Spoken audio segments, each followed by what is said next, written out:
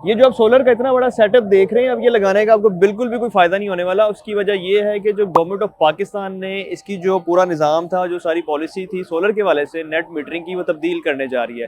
बल्कि तब्दील करने का फैसला फाइनल हो चुका है। जो ये आपको नेट मीटरिंग ऑफर की जाती थी, अब ये नेट बिलिंग में कन्वर्ट कर दी जाएगी। आसान अल्फाज में मैं आपको बता देता हूँ कि नेट मीटरिंग और नेट बिलिंग में क्या फ़र्क है।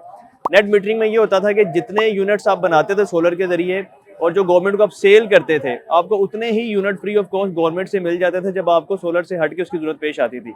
लेकिन जो नेट बिलिंग है उसमें ये है कि आपके जितने भी इजाफी यूनिट्स होंगे वो आप गवर्नमेंट को उनके रेट के मुताबिक बेचेंगे, यानी कि सस्ते बेचेंगे। और अगर आपको सोलर से हट के ग्रिड से जरूरत पड़ती है अपने यूनिट्स लेने की, तो वो आपको महंगे गवर्नमेंट के अपने रेट पे आपको बाय करने पड़ेंगे। और सेल्स टैक्स इसके अलावा है, जब आप बेचेंगे तभी आपको सेल्स टैक्स देना पड़ेगा, जब आप खरीदेंगे वापस तभी आपको सेल्स टैक्स देना पड़ेगा। तो ओवरऑल इस निज़ाम की अब किसी को भी समझ नहीं आ रही। और मेरा ख्याल है अब लोगों को बिजली बेचने से ज़्यादा बिजली को सेव करने की तरफ फोकस करना चाहिए, उसकी बचत करनी चाहिए और ज़्यादा से ज़्यादा जो सिस्टम है उसको हाइब्रिड सिस्टम करना चाहिए, यानी कि बैटरीज का इस्तेमाल करें। जितनी आपसे सोलर आपका जो सोलर प्रोड्यूस कर रहा है एनर्जी, दिन में आप बड़े जो आपके यानी कि जैसे एसी है, आपकी आयरन है, इस्त्री है, या जो बड़ी कंज्यूम करती हैं आपकी जो घर की चीज़ें, उनको यूज़ करें। और बाकी जो बिजली आपकी बचती है वो बैटरी के ज़रिए आप रात के वक्त इस्तेमाल करें, बजाय कि आप गवर्नमेंट को बेचें और नुकसान उठाएं। इस बिजली की आप बचत करें, इसको सेव करें और अपने लिए आसानी पैदा करें।